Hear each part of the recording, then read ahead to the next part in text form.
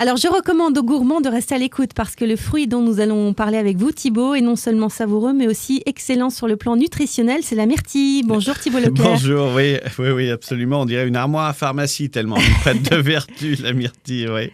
Elle est très très prisée pour des tas de raisons, notamment parce que il y a un chercheur français qui s'appelait Henri Pourrat qui a déposé un brevet parce que la myrtille était identifiée comme ayant des qualités extrêmement bénéfiques pour la vue. Et pourquoi il est parti là-dessus? C'est qu'il avait repéré que la RAF, les forces aériennes britanniques, faisaient manger beaucoup de myrtille à ses pilotes avant les grands vols pour qu'ils aient une meilleure vision nocturne. D'où donc l'armoire à pharmacie. D'où l'armoire à pharmacie parce que, accrochez-vous, voilà un peu les qualités qu'on lui reconnaît. D'abord, elle a peu de sucre, elle régule votre intestin, c'est un excellent coupe-faim, c'est diurétique, antiseptique, anti-hémorragique, antidiarrhéique.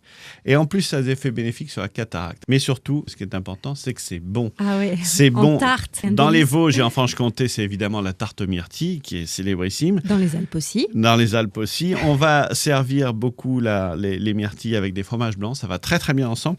Puis surtout, ça donne un petit goût acidulé. Et notamment, vous pouvez en prendre le matin au petit déjeuner. La confiture de myrtille, c'est très très bon. On peut les congeler aussi, les myrtilles. Vous pouvez les congeler, ça se congèle parfaitement bien. Et puis comme ça, tout l'hiver, vous pouvez en sortir. Vous pouvez faire des glaces, vous pouvez faire des sorbets, vous pouvez faire des jus. Vous pouvez notamment faire quelque chose qui est très énergétique.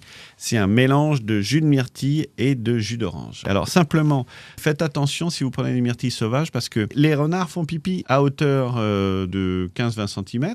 Et s'il y a des myrtilles, le renard transmet une maladie qui est terrifiante, l'échinococose, qui vous détruit le foie.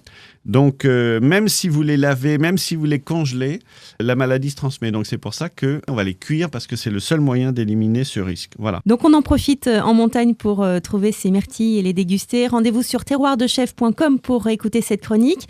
Et rendez-vous avec vous dès la semaine prochaine, Thibaut Leclerc. À très bientôt. À la semaine prochaine.